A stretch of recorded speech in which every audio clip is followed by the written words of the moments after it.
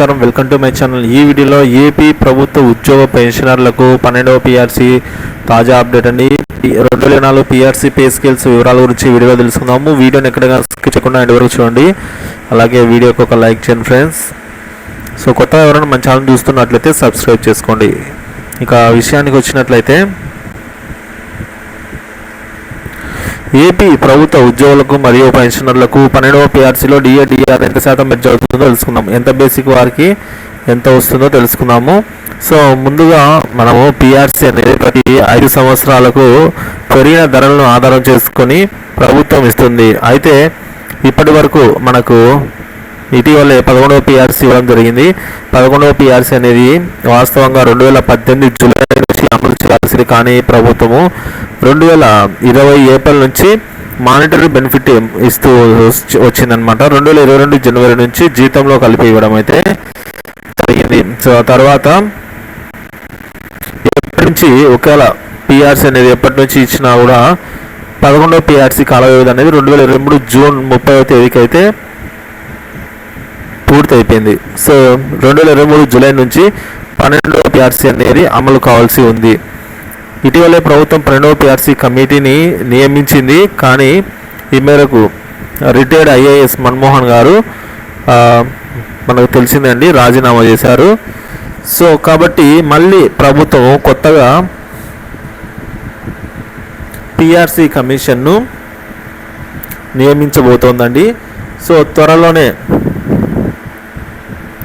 12వ PRC commission అయితే ప్రభుత్వము నియమించబోతోంది. So ఇప్పుడు కొత్త పిఆర్సీని అమలు చేస్తే ఎంత డిఆర్ బేసిక్లో మెర్జ్ అవుతుందో తెలుసుకుందాము.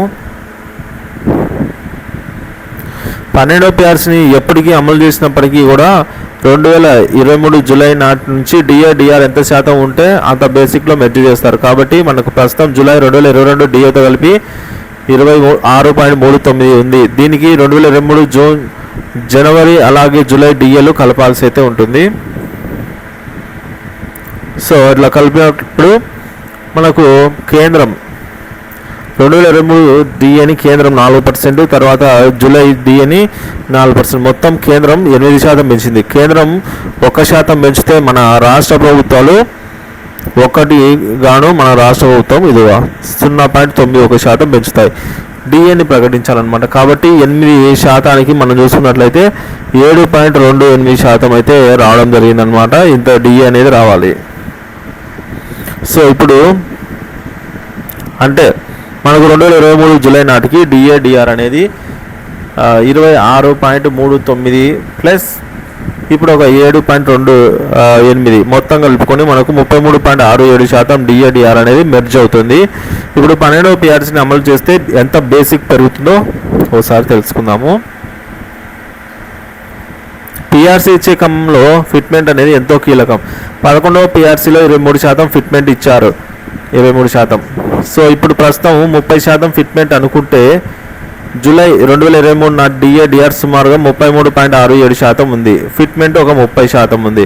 మొత్తం కలిపితే 63.67% బేసిక్ పెరుగుతుంది. ఒక ఎంప్లాయీ యొక్క బేసిక్ పే 40,000 రూపాయలు అనుకున్నట్లయితే సో అతనికి ఒక ఫార్ములా. సో ఇది బేసిక్ పే, ఇది వచ్చేసి పిఆర్సీ ద్వారా పెరిగిన అమౌంట్ అన్నమాట.